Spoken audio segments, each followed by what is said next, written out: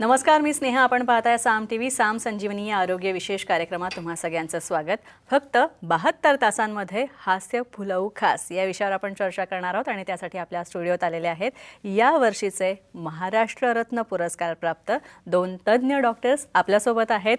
मॅक्झिलोफेशियल surgeon आणि बेझल implantologist doctor Laxman माळकुंजे आणि बेझल implantologist doctor Umakant Dhawale. या तुम्हा दोघांचंही स्वागत करते. डॉक्टर उमाकांत आणि डॉक्टर लक्ष्मण, तुमचं दोघांचंही स्वागत. नमस्कार.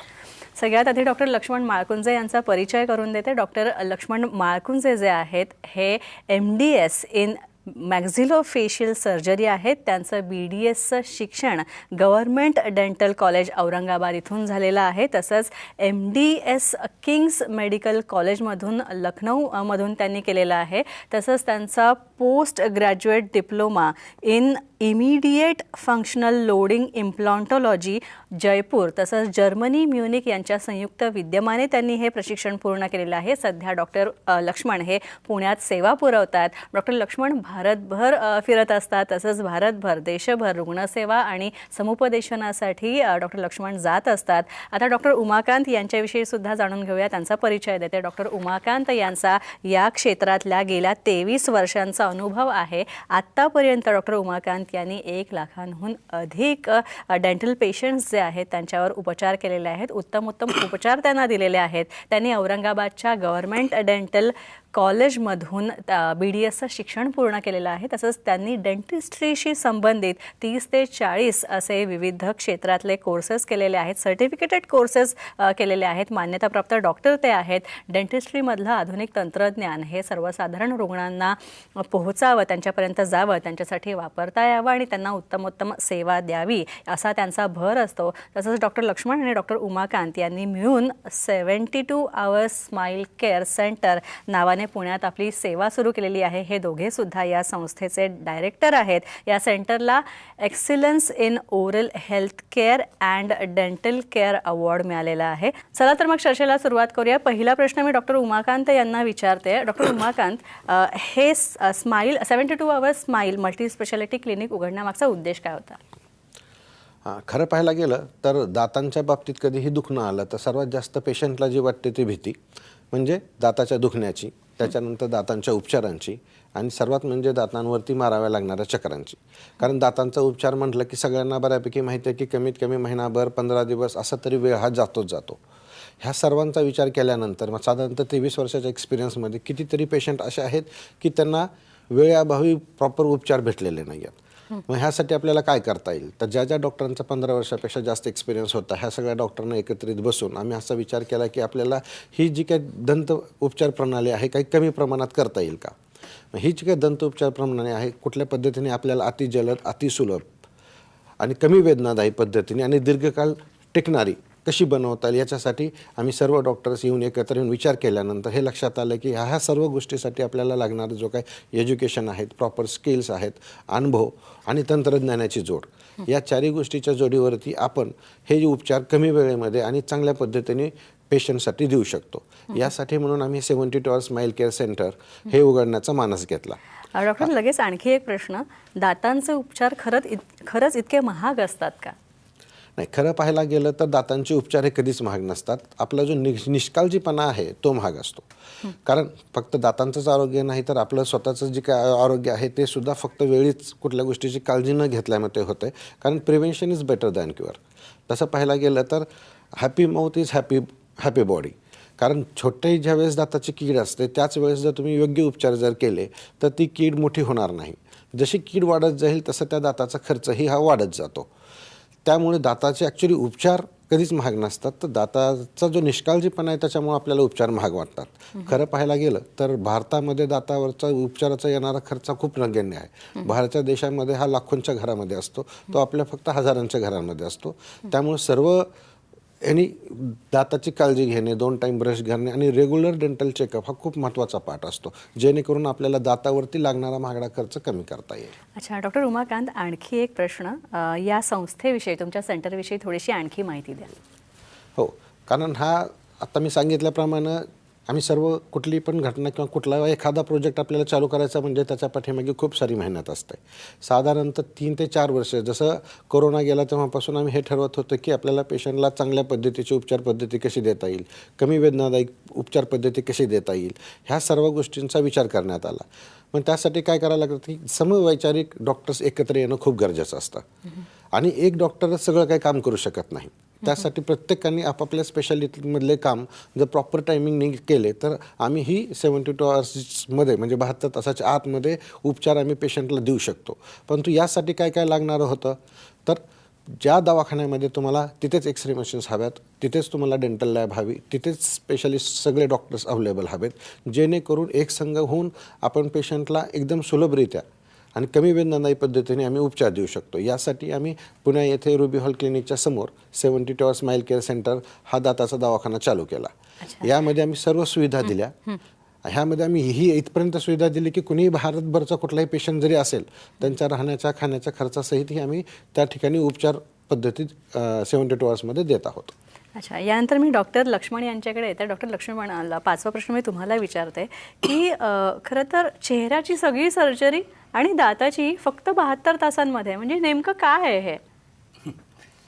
तुम्हाला तर माहीत आहे, जेव्हा आपला दात पडतो किंवा त्या ठिकाणी दात बसवायचा असेल तर आपण डेंटल इम्प्लांट म्हणजे टायटॅनियमचा स्क्रू असतो जो की आपण त्याच्यामध्ये हाडामध्ये टाकतो. मग तो हाडाला चिटकण्यासाठी 3 महिने लागतात आणि त्यानंतर आपण दात बसवतो.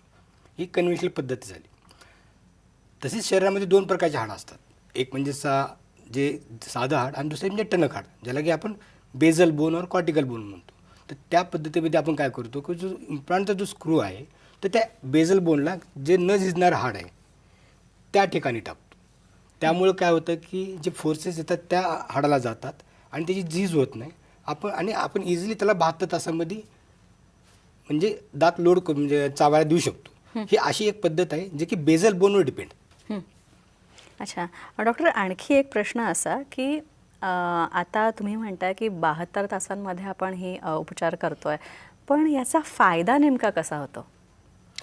आता पहा, जसं की कन्व्हेन्शनल इम्प्लांटमध्ये आपण जेव्हा इम्प्लांट टाकायचा असतो ना, आपल्याला त्या ठिकाणी जास्त हाडाची गरज असते. मग आपण काय करतो, त्या ठिकाणी बोन ग्राफ्ट करतो किंवा सायनस लिफ्ट सर्जरी करतो किंवा तिथे चिरफाड वगैरे करून हाड हुडकण्याचा प्रयत्न करतो. म्हणजे काय होतं की त्याला पेशंटला फिजिकल ट्रॉमा जास्त झाला तेवढी त्याच्यावर सर्जरी मोठी करण्यात आली. त्याच्याच पद्धतीने जर बेझल इम्प्लांटमध्ये तुम्ही पाहिलं तर तिथं कुठली चिरफाड नसती, कुठली सर्जरी वगैरे काही नाही आहे, कुठलं बोन ग्राफ्ट टाकायची गरज नाही आहे, कुठलं सायनस लिफ्ट करायची गरज नाही. त्यामुळे पेशंटला इझिली फक्त एक छोट्याच्या इंजेक्शनमध्ये पूर्ण सर्जरी होते. ओके. दुसरी गोष्ट सोशल ट्रॉमा. समजा पेशंटला 10-12 दात आहेत किंवा हिरड्यामुळे त्याचे दात खराब झालेले आहेत, तर त्यांच्यामध्ये काय होतं की बाबा त्यांचे दात काढावे लागतात, जखम भरावी लागते, त्यानंतर इम्प्लांट टाकावे लागतात, त्यानंतर 3 महिने वाट बघायची, म्हणजे टोटली 6 ते 7, 8-9 महिने हा कालावधी जातो. म्हणजे काय होतं की तो पेशंट बाहेर समाजामध्ये वावरू शकत नाही, कारण दात नाही तर दिसेल कसं, तो चावू शकत नाही. हा एक सोशल ट्रॉमा त्याला होऊन जातो. आणि मग हे जे बोन ग्राफ्टिंग, हे जे सायनस लिफ्ट सर्जरी, हे वेगवेगळ्या जे सर्जरीज आहेत याच्यामुळे त्याला इकॉनॉमिकल ट्रॉमासुद्धा होतो. जे सर्व काही आपल्याला टाळता येतं ह्या बेझल इम्प्लांटॉलॉजीमध्ये. याच्यामध्ये कुठलाही प्रकारची सर्जरी न करता सिम्पल वे आपण इम्प्लांट टाकून पेशंटला दात देऊ शकतो. अच्छा डॉक्टर, आणखी एक प्रश्न असा की बऱ्याचदा रुग्णांना दातांच्या समस्या ज्यांना आहेत त्यांचं वय एकतर खूप जास्त असतं, एकतर त्यांना ते दुखणं सहन होत नाही, किंवा डायबिटीज, BP सारखे इतर आजार असतात, हायपरटेन्शनसारखे आजार असतात. तर अशा रुग्णांच्या बाबतीत आपण ही सर्जरी किंवा ही थेरपी आपण देऊ शकतो का? हे उपचार देऊ शकतो का? मी जेव्हाही समुपदेशनाला बाहेर जातो तेव्हा माझ्या विद्यार्थ्यांना हे सांगत असतो की ज्या पेशंटमध्ये आपण दात काढू शकतो त्या पेशंटमध्ये आपण डेंटल इम्प्लांट सर्जरी करू शकतो. ते डायबिटीजमध्ये असो की हायपरटेन्सिव्ह असो किंवा कुठला आजार असतो, कारण की प्रत्येक आजारावर ट्रीटमेंट अवेलेबल आहे. तो आजार अंडर कंट्रोल आणून आपण करू शकतो. आणि स्क्रीनवर पहा, हे जे 2 पेशंट आहेत ह्या दोन्ही एकीचं वय आहे 80, एकीचं आहे 86. त्यामुळे वय हा कुठला फॅक्टर नाही. त्या पेशंटमध्ये तशी मानसिकता पाहिजे की आपल्याला चावण्यासाठी दात पाहिजेत, तेवढं त्यांनी सहन केलं पाहिजे. अन्यथा आपण कुठल्याही पेशंटला, ह्या इतकं मस्त सायन्स आहे बेझल इम्प्लांटॉलॉजी की यामध्ये पण कुठल्याही पेशंटला किती नुकसान झालं असेल किंवा कुठला आजार असेल तर आपण ते इझिली देऊ शकतो. कारण हे जे इम्प्लांट आम्ही वापरतो हे स्मूथ सरफेस म्हणजे पॉलिश असतात, त्यामुळे ह्याला इन्फेक्शन होण्याचे चान्सेस पण खूप कमी असतात. त्यामुळे पेरिओडॉन्टिकली वीक पेशंट असू द्या, हार्ट खराब असलेले पेशंट, आपण याच्यामध्ये सुद्धा आपण हे तंत्रज्ञान यूज करून पेशंटला आपण दात देऊ शकतो. रोहिणी संदीप बोरकर, वय वर्ष 50. दात बसून किती वर्ष झाले तुम्हाला? 3 वर्ष पूर्ण झाले. दात बसवण्याच्या अगोदर काय त्रास होता? मला दाताचा असा त्रास होता की मला पूर्णपणे खाता येत नव्हतं. माझे दात पूर्ण खराब झालेले होते. त्यासाठी खूप खाणं पिणं पूर्ण हे झालं. त्यामुळे अशक्तपणा, थकवा खूप मला जाणवत होता. तेव्हा वय किती होतं तुमचं? त्या टायमाला 47 वर्ष पूर्ण होते. मग तुम्हाला बाकी डॉक्टरांकडे जाऊन आलात तुम्ही दातकडे? मी बाकी डॉक्टरांकडे खूप जणांकडे चौकशी केली, हे केलं, पण त्यांनी मला काही पूर्ण असं समाधानकारक असं काहीच केलं नाही. त्यांनी सांगितले की जर तुमचे दात पूर्ण नीट करायचे असेल तर तुम्हाला 4-6 महिने लागणार आहेत का, तर तुमचे दात काढायचे, त्या हिरड्या मजबूत होणार, तिथून पुढं तुमचे दात बसवले जातील. पण हे ऐकूनच मला पूर्णपणे परेशान झाले की मला हे 6 महिने मी काय करणार, काय खाणार, माझी तब्येत काय होणार, ह्या विचारानेच मी खूप हे झाले. काही दिवसांनी मला वाळकुंजे सर आणि ढवळे डॉक्टर यांचे नंबर मला मिळाले. मी त्यांच्याशी संपर्क साधला आणि त्यानंतर त्यांनी जे काय मार्गदर्शन म्हणजे मला सल्ला दिला की त्यांनी सांगितले की तुमचे जर समजा दात पूर्ण खराब झालेले, पण हे आम्ही तुम्हाला 72 तासातच नीट पूर्ण तयार करून देऊ किंवा खायला हे करून देऊ. परंतु माझं एवढंच हे केलं की त्यांना मला पूर्ण म्हणजे असं विश्वास नव्हता बसत. 2-3 पेशंटचे त्यांचे अनुभव मी ऐकले, मग माझा विश्वास बसला. मी त्यांच्या परत पुन्हा संपर्क साधून त्यांच्याशी हे केलं, पण त्यांचं जरा पैशाचं बजेट ऐकलं, थोडंसं मी परेशान झाले. मी काय करणार, शेवटी मी पूर्ण विचार केला, घरच्यांचा सल्ला घेतला आणि घरच्यांचा सल्ला घेऊन मी पैशाची जुळवाजुळव करून मी माझे दाताची ट्रीटमेंट पूर्ण करून घेतली. त्यांनी 72 तासांची अवधी दिली होती, परंतु त्यांनी मला 48 तासातच खायला मला दात म्हणजे पूर्ण हे करून दिले आणि ते सगळं ऐकून मला खूप आनंद झाला. मी खाल्लं, ह्याचं समाधान सगळ्यांपुढं मी खूप म्हणजे त्यांचं हे झालं. आणि एवढंच नाही, तो वाळकुंजे सर, ढवळे डॉक्टर यांचे मी खूप आभारी आहे. आणि त्यांनी अशी जनतेची सेवा करावी असं त्यांनी त्यांच्या सेवेमध्ये सगळ्यांनी हातभार लावावा. त्यांचं खूप त्यांनी अशीच पुढे सेवा करत चालू ठेवावी. एवढीच धन्यवाद. आणखी माहिती आपण घेणार आहोत, मात्र त्याआधी एक छोटासा ब्रेक.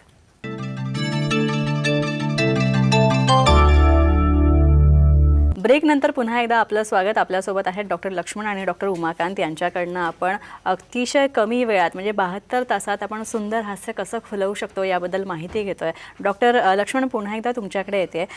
डॉक्टर, बऱ्याचदा सगळ्यात एक महत्त्वाची गोष्ट ही आहे की बऱ्याचदा जी कन्व्हेन्शनल मेथड असते त्यांना खूप वेळ लागतो, खूप टाईम कन्झ्युमिंग असतात त्या सगळ्या ट्रीटमेंट.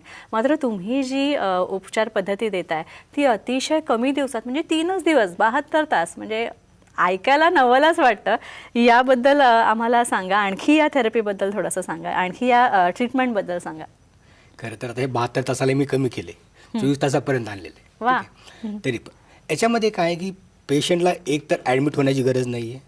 पेशंट सकाळी समजा पहिल्या दिवशीचा आला, त्याला भूल दिली जाते, इम्प्लांट टाकले जातात, त्याचं एक कच्चं माप घेतलं जातं. ही प्रोसिजर असते 1 ते 2 तासाची. त्यानंतर पेशंट घरी जाऊ शकतो. ओके.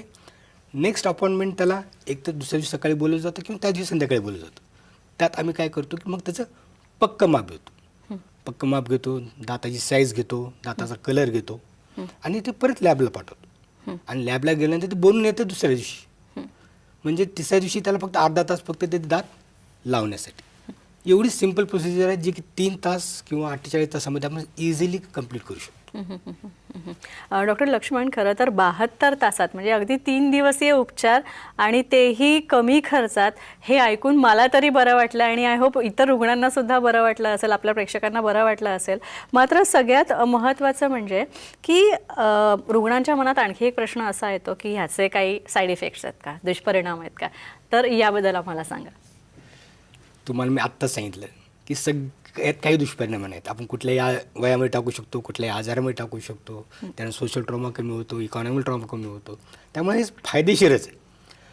आता मेंटेनन्स नावाची गोष्ट आहे, म्हणजे आपल्या शरीरामध्ये आपण काही ठेवलं, समजा इम्प्लांट ठेवला किंवा कुठली फॉर्मॅट ठेवली तर बॉडीला ते आवडत नाही. तर त्याचे मग आपलं मेंटेनन्स काय असतो? मेंटेनन्स म्हणजे त्याची स्वच्छता ठेवणं. ते दात असल्यानंतरही स्वच्छता ठेवावी लागते किंवा इम्प्लांट असल्यानंतर स्वच्छता ठेवावी लागते. जर स्वच्छता नाही ठेवली दात असताना तर काय होतं, किडून ते दात निघून जातात. खरं आहे. तर इम्प्लांटच्या वेळेस जरी तुम्हाला जी स्वच्छता ठेवावी लागते ते सेम स्वच्छता ठेवणं, गुळण्या करणं, माउथवॉश दिलं तर माउथवॉश यूज करणं, वॉटर फ्लॉस करणं, हे सर्व काय मेंटेनन्समध्ये येतं. ओके. स्वच्छतेनंतर फॉलो. कधी कधी काय होतं, काही पेशंट असतात जे की एकदा इम्प्लांट बसवले, चावायला यायला की ते निघून जातात आणि फॉलोअपला येत नाहीत. Follow up is the main thing. जर तुम्ही एखादी इम्प्लांट टाकलेला आहेत आणि जर तुम्ही डॉक्टरांना दाखवतच नाही, जो पण त्रास होत नाही तो पण डॉक्टर ओळखू शकत नाही ना.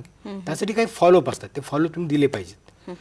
काही काही जण तर गेल्यानंतर सुपारी वगैरे चालू करतात, एका बाजूला ताण पडतो, जास्त प्रेशर येतं, त्यामुळे तो इम्प्लांट लूज होतो.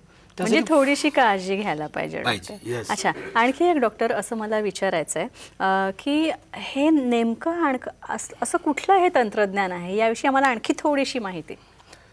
पहिली गोष्ट तर हे तंत्रज्ञान काय नवीन वगैरे नाही आहे, हे खूप जुनं तंत्रज्ञान आहे. सर्वात पहिल्यांदा हेच तंत्रज्ञान यूज केलं होतं. फक्त त्याचं पब्लिकेशन इंग्लिशमध्ये थोडं उशिरा झालं, कारण की हे फ्रेंच, इटलिक ह्या भाषेमध्ये होतं.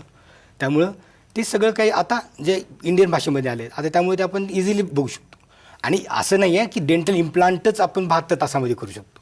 अशा खूप साऱ्या टेक्नॉलॉजी आल्या आहेत, त्यामुळे प्रत्येक दाताची ट्रीटमेंट आपण टीमवर्कमुळं इझिली 72 तासामध्ये करू शकतो. सो हे तंत्रज्ञान जे नवीन नवीन आले आणि ज्या टीमवर्क आहे ह्याच आपण सर्व काही ट्रीटमेंट 72 तासामध्ये करू शकतो. अच्छा डॉक्टर लक्ष्मण, खरं तर आणखी एक प्रश्न असा की कोविडच्या खरं तर आठवणी आता नको, मात्र ज्यांना कोविड झाला होता त्यानंतर त्यांना त्या पेशंट्सना म्युकरमायकोसिससुद्धा झाला होता आणि यात बऱ्याच जणांना आपले दात गमवावे लागले होते. जबड्याला त्यांची इजा झाली होती, त्यामुळे तो सुद्धा गमवावा लागला होता.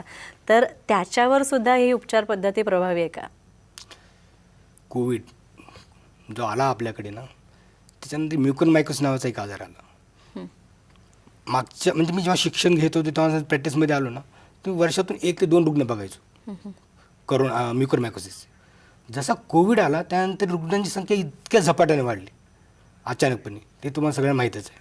तर या म्युकरमायकोसिस सर्जरीमध्ये काय व्हायला लागलं की त्याचं पूर्ण हाड काढावं लागायला लागलं जबड्याचं. त्यामुळे ते ज्या हाडामध्ये आपण इम्प्लांट टाकत होतो ना, ते हाडच खराब होऊन चाललं होतं, ते पूर्ण काढत होतं आपण. अशा रुग्णांना ही बेझल इम्प्लांटची खूप चांगली संजीवनी मिळाली. कारण कोविडमध्ये पेशंट ॲडमिट व्हायचा, परत म्युकरमायकोसिस सर्जरीसाठी ॲडमिट व्हायचा आणि त्याच्यानंतर मग परत त्याला रिहॅबिलिटेशन इम्प्लांटकडे परत ॲडमिट करावं लागायचं. पण बेझल इम्प्लांट थ्रू आपण त्याला पेशंटला ॲडमिट न करता फक्त 3 दिवसामध्ये त्यांना दात देऊ शकतो. त्यामुळे त्यांच्यासाठी खरंच संजीवनी आहे. मी आत्ता बघतो माझे पेशंट खूप खुश आहेत, कारण त्यांना परत सर्जरीची गरज नाही आहे, परत ॲडमिट होण्याची गरज नाही. इझिली ते आपण म्हणजे 3 दिवसामध्ये दात बसू शकतो. डॉक्टर उमाकांत आणि डॉक्टर लक्ष्मण, तुम्हा दोघांना मी विचारू इच्छिते तो म्हणजे ही जी उपचार पद्धती आहे, या उपचार पद्धतीचा अवलंब केल्यानंतर खरं तर अतिशय कमी वेळेत होणारे उपचार आहेत, मात्र याचे फायदे तुम्ही काय सांगू शकता? आणि दुसरी गोष्ट, आपल्या प्रेक्षकांना, रुग्णांना जाता जाता काय संदेश द्याल? सगळ्यात आधी मी डॉक्टर उमाकांत यांच्याकडे येते. डॉक्टर उमाकांत, थोडक्यात उत्तर द्या. ह्या उपचार पद्धतीचा फायदा सर्वात पेशंटला काय होईल की ज्या पेशंटकडे अजिबात वेळ नाही आहे त्यांच्यासाठी ही सर्वात चांगली अपॉर्च्युनिटी राहील. म्हणजे आम्ही जे काय असेल की नो वेटिंग टाईम, तुम्हाला सर्वात जास्त मेन महत्त्वाचं म्हणजे 15 वर्षापेक्षा जास्त अनुभवी लोकांचं करून उपचार घ्यायला मिळतील. त्याहीपेक्षा सर्वात मेन महत्त्वाचं की उपचार नकोच, त्यापेक्षा तुम्ही काळजी घेणं खूप महत्त्वाचं आहे. प्रत्येक दात हा तुमचा महत्त्वाचा पार्ट आहे, त्याला रत्न म्हणून सांभाळायला पाहिजे आणि दात हा तुम्ही वाचवलाच पाहिजे ज्या हव्यात त्या ट्रीटमेंट करून.